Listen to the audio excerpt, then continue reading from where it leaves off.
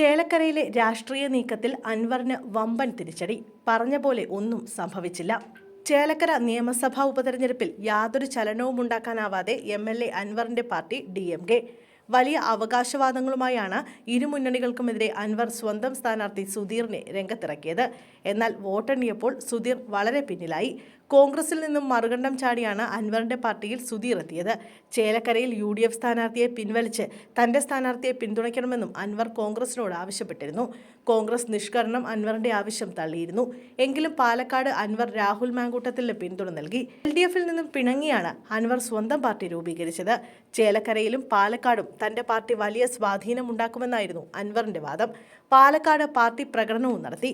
തെരഞ്ഞെടുപ്പ് തോൽവിയോടെ തെരഞ്ഞെടുപ്പ് രാഷ്ട്രീയത്തിൽ അപ്രസക്തരാകുമോ എന്ന ആശങ്കയിലാണ് അൻവർ.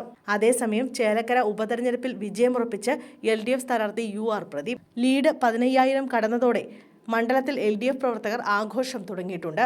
പോസ്റ്റൽ വോട്ടുകൾ എണ്ണി തുടങ്ങിയപ്പോൾ മുതൽ UDF സ്ഥാനാർത്ഥി രമ്യ ഹരിദാസിനെ അപ്രസക്തയാക്കി പ്രദീപിന്റെ മുന്നേറ്റം തുടരുകയായിരുന്നു. പ്രദീപിന്റെ ഭൂരിപക്ഷം 15,000 കടക്കുമെന്നാണ് LDF ക്യാമ്പുകൾ ഉറപ്പിക്കുന്നത്. കൂടാതെ ചേലക്കരയിൽ ജനങ്ങൾ എല്ലാ കള്ളപ്രചരണങ്ങളെയും അതിജീവിച്ചെന്ന് ആലത്തൂർ MP K രാധാകൃഷ്ണൻ വ്യക്തമാക്കി. 3ാം തവണയും LDF സർക്കാർ അധികാരത്തിൽ വരുമെന്നതിന്റെ തെളിവാണ് ചേലക്കരയെന്ന് രാധാകൃഷ്ണൻ പറഞ്ഞു. ചേലക്കരയിൽ ഇടതുമുന്നേറ്റം തുടക്കത്തിൽ തന്നെ ദൃശ്യമായിരുന്നു. വരവൂർ പഞ്ചായത്തിലെ വോട്ടുകളാണ് ആദ്യം എണ്ണിയത്. LDF തങ്ങളുടെ ഉരുക്കുകോട്ടയായി നിലനിർത്തിയ മണ്ഡലത്തിൽ അട്ടിമറി പ്രതീക്ഷ നിലനിർത്തിയാണ് UDF രമ്യ ഹരിദാസിനെ ഇറക്കിയത്. എന്നാൽ പ്രതീക്ഷിച്ച മുന്നേറ്റമുണ്ടാക്കാൻ രമ്യ ഹരിദാസിന് സാധിച്ചില്ല.